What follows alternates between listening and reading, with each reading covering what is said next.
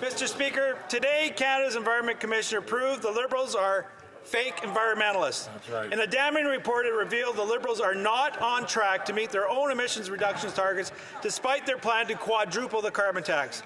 According to the Commissioner, the Liberals are deceiving Canadians with, quote, unreliable emission reduction estimates. Wow. It's all pain, no gain. Why are the Liberals driving Canadians to food banks with their costly carbon tax with getting nothing in return? The Honourable Minister for the Environment and Climate Change. Mr. Speaker, the Commissioner's report looks back at what's been happening since 1990. And you know what didn't happen under the Harper years, Mr. Speaker? Any type of action on climate change. No measures for energy efficiency. No measures for transit. No measures for electrification of transportation. No measures for renewable energy. This has changed since 2015, and we've bent the curves. We were going to miss our 2030 targets by at least 30%. We're 7% below 2005 levels. That's because of what we've been doing. It's about climate. It's about jobs, it's about the economy, and it's about the safety of Canadians.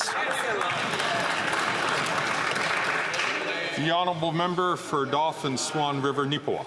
Mr. Speaker, we can't believe a word the Liberals say on environment. Right. Even the Environment Commissioner revealed the Liberals misled Canadians on their emission claims. Right. He stated, quote, the recent decreases to projected 2030 emissions were not due to climate actions taken by government. Right. While the Environment Minister punishes Canadians with a carbon tax, Canada's worst record in the G7 for emissions reductions under the Liberals.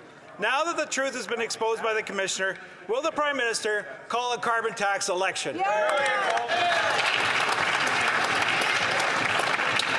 Honourable Parliamentary Secretary to the Minister for the Environment.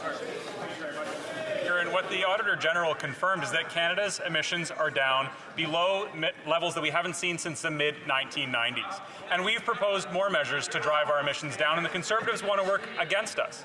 What the Conservatives have confirmed today is they don't work for Canadians, they don't care about the environment, they don't listen to science, and they want our emissions to go up, Mr. Speaker. The failed former leader from Regina Capel has said repeatedly that our emissions are superior to other countries, and they should be driven up. We should be given that permission to produce more greenhouse gas emissions than other countries, Mr. Speaker. Not on this side of the House. We believe in science, and we're fighting climate change. The Honourable Member for Chicoutimi-Le-Fjord. Mr. Speaker, the carbon tax is going up. Greenhouse gas emissions are also going up. The Liberals have put in place a tax plan, not an environmental plan.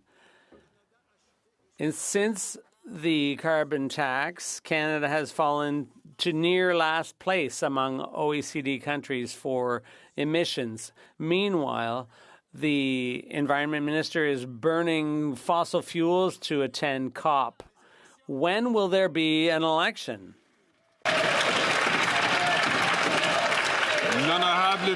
The Honourable Minister of Fisheries and Oceans.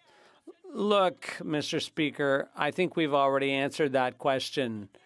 But what Canadians would like to know is about the potential show of leadership when it comes to national security. And the question for the Conservative leader is, how is it that somebody who one day wants to be in charge of the Coast Guard can't even get a security clearance? What does he have to hide? What do they have to hide? What do they not want us to know, Mr. Speaker? They should do their job and get the security clearance.